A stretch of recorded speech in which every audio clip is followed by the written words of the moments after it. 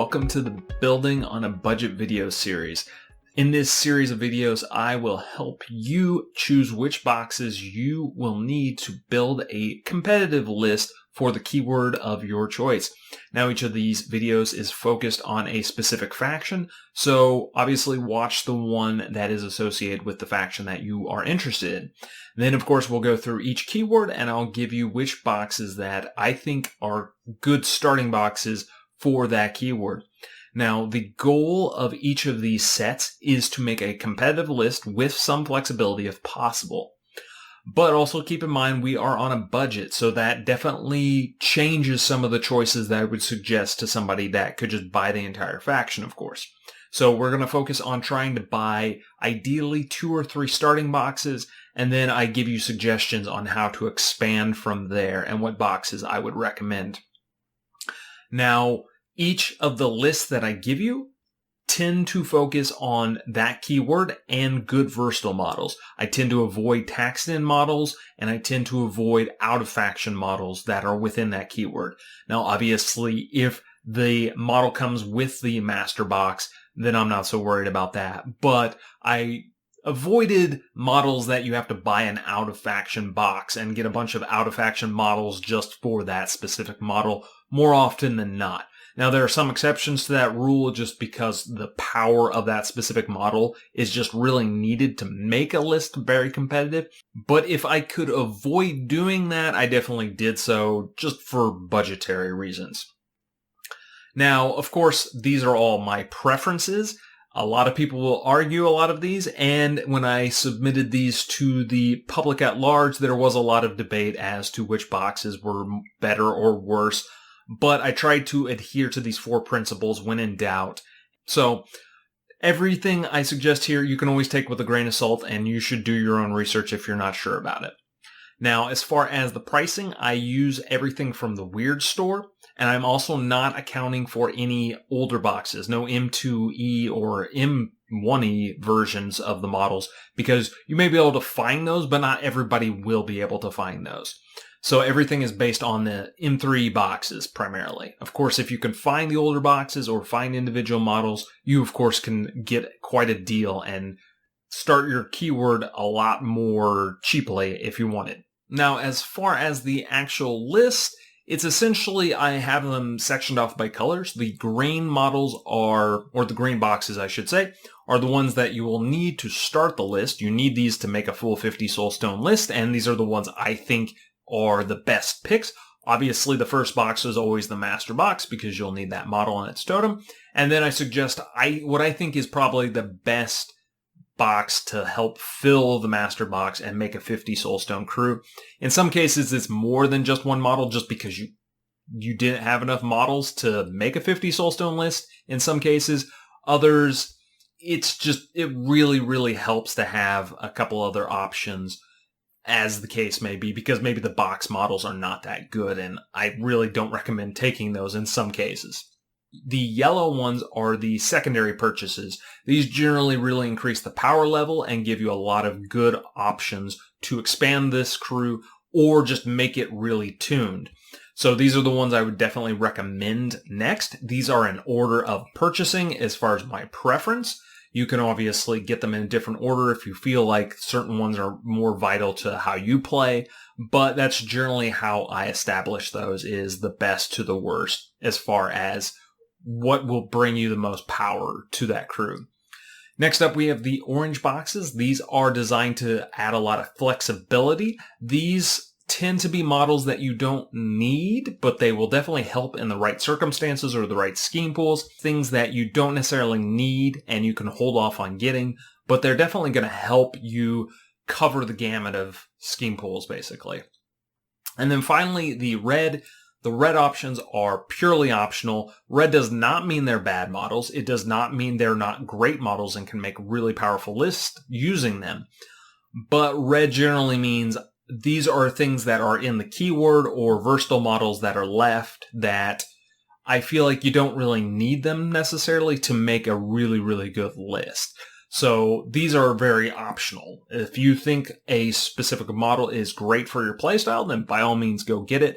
But these are ones that I think you can avoid. All right, so with that said, let's get into the list. For the augmented keyword, we're going to start with Hoffman's core box, of course, and then the other box would be support staff. That is because Joss is a great beater. The mobile toolkit is a great cheap buffer / healer. And then the medical automatons are also other cheap models that are good at healing and protecting your crew. In particular, the living models, which will be Hoffman and Joss. And if you go with Langston later, he can also help protect him and heal him a little bit more than the constructs. It can heal constructs as well, but it's only through the pulse. It also does bedside manner, which is good for anything, which is a great defensive ability.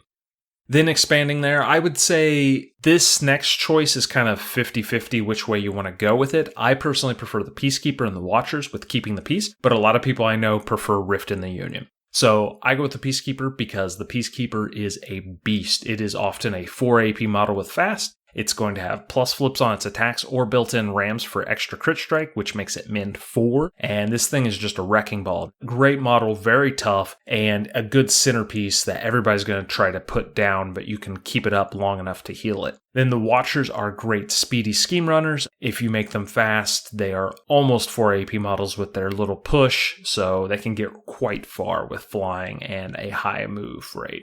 Then the other option is Rift in the Union, which brings Howard Langston. A lot of people like him just because he's another Min 3 beater, but he can also put Steam Clouds up, which does Hazardous Terrain. I think you'll get mixed value out of that. It just depends on your meta. Like, there are going to be some crews that are basically unaffected by that. There are other crews that are going to be severely hampered by it. The Union Steam Fitters are okay models. Not generally a common take because you have so much healing in the crew already, but they do have one unique ability as a bonus action that lets you drop extra scheme markers as a bonus action, which is fantastic when you need to drop a lot of markers.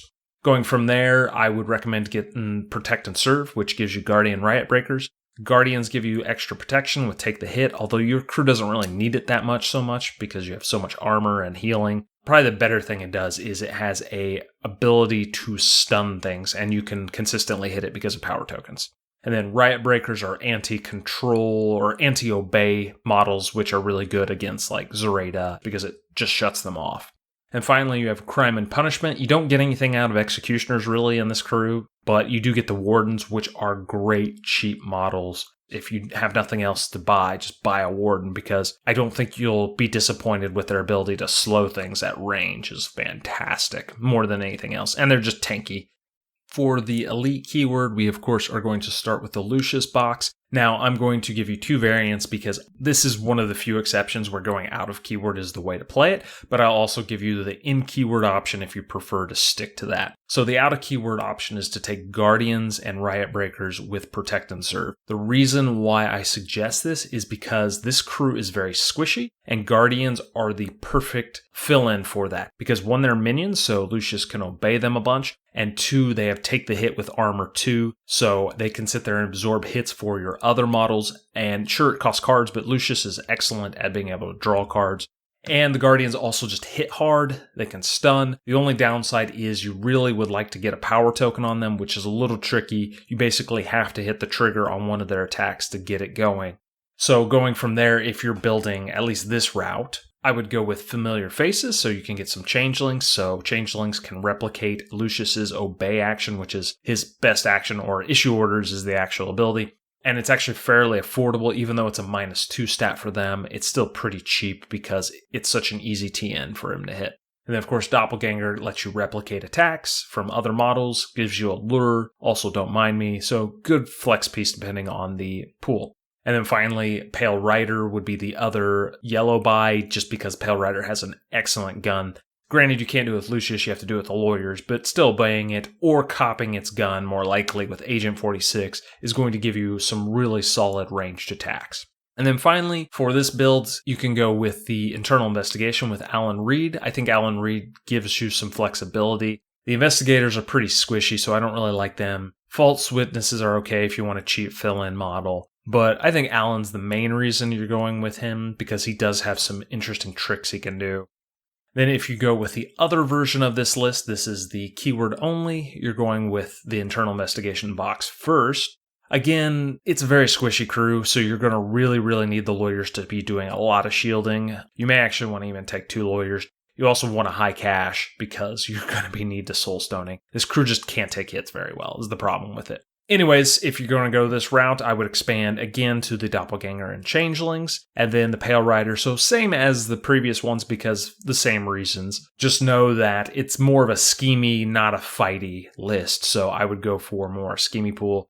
Yeah, you can do min 3 if you stagger things with the investigators and their stat 7, but it takes so much setup. It seems like it half the time just doesn't work out the way you think it's going to work out, and you end up hitting them for 1 damage a bunch of times, and that's kind of a pointless use of a 7 Soulstone model. For the family keyword, we're going to start with the Perdita core box, of course, and then we will go with the Latigo reserves. So this is going to give you Pistoleros, which are cheap, very squishy scheme runners, but they are 3 AP. So there are times, especially if it's like corner deployment, where they can be worth it, but you got to be super careful with them. But you're mostly going for the Monster Hunters because they're just a pretty efficient minion overall. This list is actually a tournament winning list. Just the one I gave you on the side, so it is probably one of the best lists you're going to build with this crew. It is very AP efficient, especially with the push changes. It makes the crew a lot better because the angles are not so awkward. But generally, like I said, it's just a hyper efficient crew. Like Nino takes a shot, draws a card, gives somebody else a shot, and it's kind of one of those like where you're taking 1 AP and getting 3 shots out of it. Especially if it's a very good map for ranged attacks. Now, obviously, Expert Marksman is on the Monster Hunters because they're going to be taking a lot of attacks, and they basically now ignore everything, so they can keep shooting to their heart's content. The one problem with this crew is it is pretty squishy overall, other than Francisco, who can take a little bit of a beating. Perdita can probably with Soul Stones. Everything else in the crew is going to die pretty quickly once things get into it, so you really need to maximize your damage quickly. Expanding from that, if you do want some extra options, obviously the Pale Rider is always a great option. Generally, you're going to use it to ride with me Perdita forward so she can threaten to kill something really early. And then finally, the Guild Steward gives you some healing. So if something does stay alive after taking a beating, he can heal it off. Alternatively, he also gives you just a focus bot, so he can sit there and focus Perdita or whoever else you think will get the most value out of it. For the Frontier crew, we of course start with Bax's box. Then we're going to immediately expand to the Pale Rider and Sandworm. Now, I will warn you that the Pale Rider will want focus a lot because there's a lot of concealing terrain and he does not ignore that. So it's not the greatest of synergies, but it still is a great model for its price point. Also, it helps that its heal does combo with the Frontiersmen, who are otherwise not great models, but the fact that they heal 2 on its pulse is really nice. The Sandworm's a great anti-scheme runner. That's why I like going with it. It's also can be a schemer if you need it to be, although I think it's better at going after his scheme runners. Then expanding from there, I would look at the Trappers. I think these are probably one of the best minions that Bass has access to, and the Clockwork Traps are phenomenal. Whenever you're going to get a lot of value out of traps, that's probably when you like to take Bass.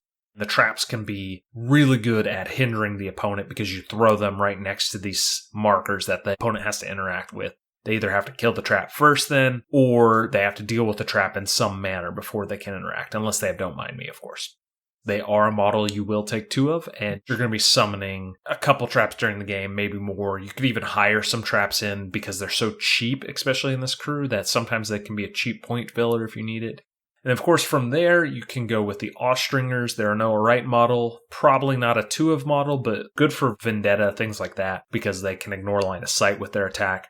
Then finally, you have the Rough Riders. I personally have very mixed opinions on them. They're very squishy, and their Ride With Me cost more. They do have a plus flip on their gun, though, which is nice, and they are ignoring terrain, so they're okay, but they are paper thin. So just be mindful that they need to stay away from anything that hits somewhat hard because they will drop really fast, especially for a somewhat more expensive model. For the guard keyword, we of course start with Dashel, and then we go with Crime and Punishment because executioners are why you play this list. Well, being able to summon them is why you play this list. And this is the best, cheapest version of this list that you can start with only 2 boxes. Hiring a couple riflemen is not ideal, but it's not terrible either. they're okay models, just they're very squishy. Wardens, I think, are good tanky models, probably better as a summon than as a straight hire, but still decent models. And then, of course, Taggart and the Executioner. Taggart's there to do some fast making of the Executioner, and then Executioners just are wrecking trains. They die pretty quickly, but at the same time, you can resummon them, so who cares? Just keep throwing them in the opponent's face and making them have to kill them. And I think that's where summoning is powerful now, is by throwing models that the opponent has to deal with. From there, we have the run them down and rank and file. You kind of need to buy these together, which is pretty expensive because that's $100 just to basically play 2 extra models. The reason why is Mounted Guards are amazing models and they are a summon. They have Ride With Me and pretty tough overall. And part of that toughness is the fact that when they die, they replace into a guard patrol, which is why you need the other boxes, because you actually need to have guard patrols when they inevitably get shot down and they switch forms. So you need the guard patrol box for it. Otherwise, I wouldn't recommend it. Sergeants are okay. They're just, you have better models elsewhere. And then guard hounds are just not worth summoning or hiring. Then from there, of course, as with most guild crews, you have the Guild Steward and Pale Rider because they're great options. Steward is obviously just healing and focusing as per usual, plus he can also remove conditions. So when you summon Executioners that are slow, he can strip the slow off as well. And as per usual, the Pale Rider's just got an amazing gun and Ride With Me. Always an option in basically every guild list. For the Journalist keyword, we have Nellie's box and then the Scooped box. The Scooped box brings you the Undercover Reporter, which is a very fun Trixie model because it starts buried and then can pop out of an enemy model and throw them back to their deployment zone and let you scheme. A lot of flexibility with that piece. Alison Dade gives you a very similar piece to Nellie in the sense that she can do the same main attack. She's more of a utility piece, I feel like, more than anything else. Newsies are really kind of just squishy. They can give you some card draw with Nellie's tricks, but I don't know if it's worth a 4-point model to draw a card. And of course, Fiona is a great tank for the crew, and Field Reporters are good scheme runners / annoying pieces. The main list with the 2 boxes is very scheme-oriented. Do not play this in a fighty pool. So the yellow boxes are obviously bringing in some hitters. The Peacekeeper is a great one for Nellie because it combos well with the Trail of Gore ability on the Peacekeeper, because Nellie's going to be making the opponent drop a lot of their ski markers because of her mechanics. So you're going to get a lot of value out of that. Watchers, you're probably not really going to use so much. You have other models that can kind of do the similar thing. Field Reporters are just as good. Then the Pale Rider, of course, just very good versatile piece. I left Internal Investigation as red because while the False Witnesses are journalists, they don't add anything to the crew that the crew can already do in spades. I mean, it gives you a double marker dropping ability, but you already drop a lot of markers. There are some specific schemes like Detonate where maybe that will come into use, but Detonate's not a great scheme anyways, so I just wouldn't take it. For the Marshal keyword, we have the Lady Justice box to start with, and then I suggest going with Wake the Dead. Now, a lot of people argued with me on this one, and they said, why would you never take the Lone Marshal and 6 Feet Under? Because he is the best model in the keyword, probably best model in the faction, but try building a list with 6 Feet Under and Lady J box only. You basically have to take 2 Exorcist and upgrades that are bad. If you instead go with Wake the Dead, you can then build a fine list with Domidors. They're great models. The Recruiter's a fine model, regardless of what other people say. The Jury is okay. It's more of a tech piece than anything else, but the Obey you're always going to get some value out of. Then, of course, get 6 Feet Under when you can, just because the Lone Marshal is awesome. The Exorcists are kind of trash, but that's because they're just super squishy. Yes, they have a one-shot kill for summon models, but the Lone Marshal does too, and he's better at it, so just go with the Lone Marshal. Then, of course, you have the Pale Rider. We have gone over this several times. And then going on to the orange options, I like the Brutal Emissary because it is an undead model, so the Domidors can obey it, which the Domidors can also obey the Pale Rider because it's undead, so you got some extra synergy. And I think the Brutal Emissary has some unique abilities that are pretty handy overall. Finally, for the Witch Hunters, we're going to start with Sonya, and then I am going to suggest you go with Witching Hour. Witching Hour gives you the Handlers and the Thralls. Both are pretty good models in my opinion.